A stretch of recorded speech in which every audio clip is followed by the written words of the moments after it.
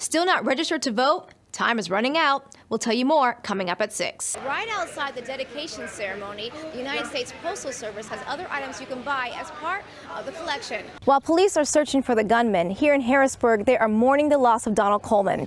A candlelight visual is planned for 7 o'clock tonight.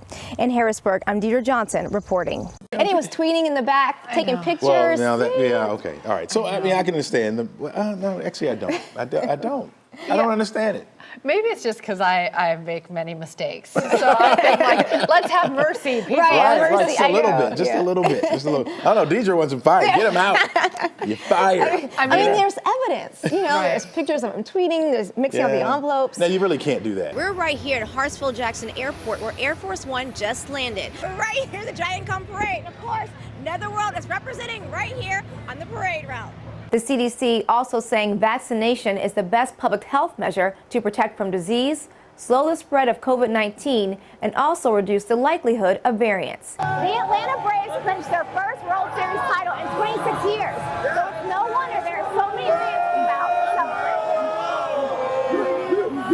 We are live right now here at Silver Lake Road in North Columbia County in a situation that we are watching very closely. There is a 5-year-old boy that is lost in these woods. Right now, police are telling us that the little boy entered the woods right over here in this little area. And as you can see, it's pretty dense. There's a lot of trees over here. There's a lot of bushes, and they can't find him anywhere. The last place he was seen was when he ran out of the house this morning around 9 a.m.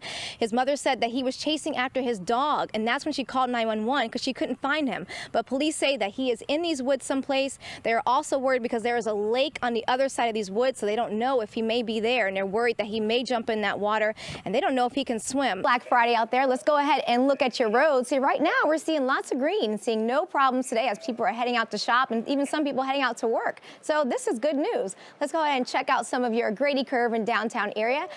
New mom Deidre Johnson knows all too well the importance of Black maternal health. I had very low energy, couldn't do anything, just was feeling very sick, and my eating habits weren't good. And come to find out, one day I went in for an ultrasound, and I saw that my baby, for me to have been 7 months, she was very small. Deidre would later find out that she had high blood pressure and was diagnosed with preeclampsia. And they had to end up sending me to labor and delivery and told me I had severe preeclampsia and I was about to have a stroke. And in order to save my life, I had to go ahead and deliver my baby. Unfortunately, a tragic turn, her baby didn't make it. So yeah, when she was born, she was too small, so she lived for 3 hours. And it was very hard. I still think about her every day. It's Black Maternal Health Week, and the Center for Black Women's Wellness wants to raise awareness about not only Black maternal mortality, but also about the dangers of childbirth. Mamas matter. Black mamas matter across this state, across this country.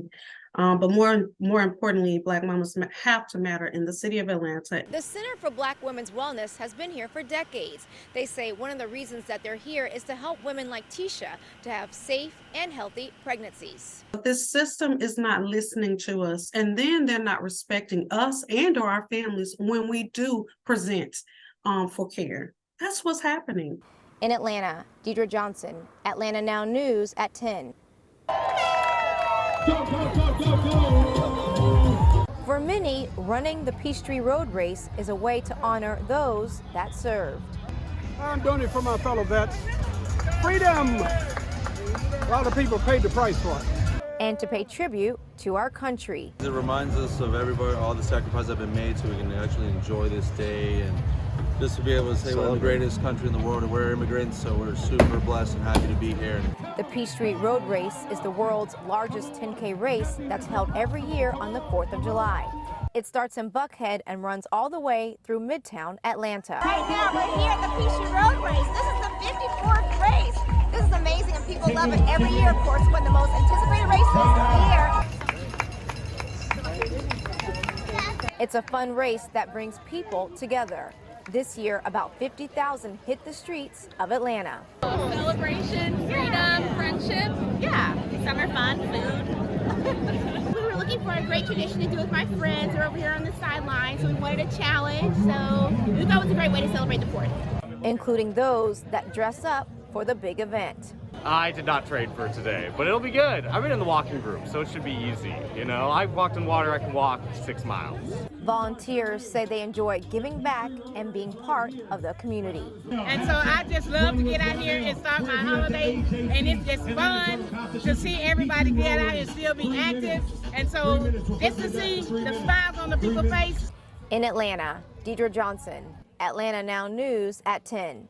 Tiffany Smith recently lost her son to gun violence, and now she's trying to stop the cycle of violence. Cameron was my baby boy, and so, you know, now in Cameron's legacy, you know, I'm fighting for all children, I'm fighting for other moms such that they don't have to go through what I've been through. Her son died just a few months ago. Cameron was 15, Cameron was a boxer, and yeah, he was a great kid. 1, 2, 3. Tiffany wanted to show her support for the opening of the Reverend Timothy McDonald Community Outreach Center. Gun violence is a real issue in our community, and we have to do more about it. And we have to actually work with our community, our community partners, our local government, our local officials, but at the same time, our local nonprofits. It's a community effort. The community center will offer career and mentorship services. Several days a week, young people will be able to come and enjoy themselves, to get elevated, educated, empowered, engaged, mentored, and bring people together to help change lives. We're going to take some of these guns off the street. We're going to take some of these youth off the street. We're going to teach them coping skills.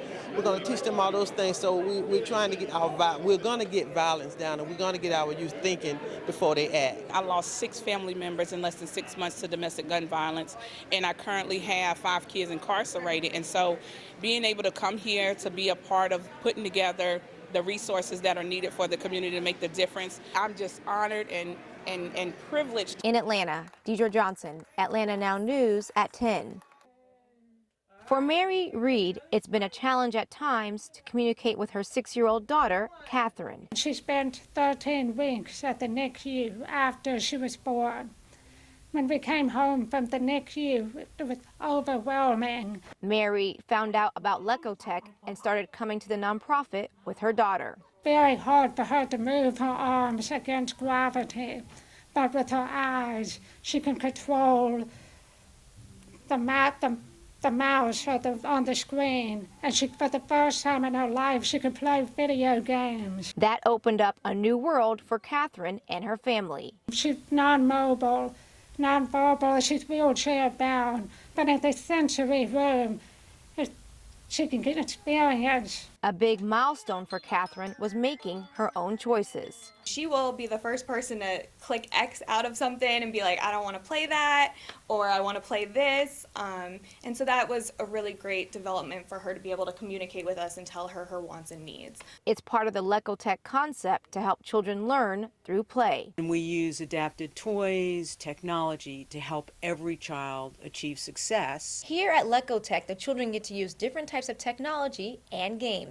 All the toys and games meet the child where they're at and also grow with them as they progress with their learning. Parents say because of play, they see a difference in their child. He loves it, as you can see with his smile and excitement, like tensing up with his body, so he gets really excited. In Atlanta, Deidre Johnson, Atlanta Now News at 10.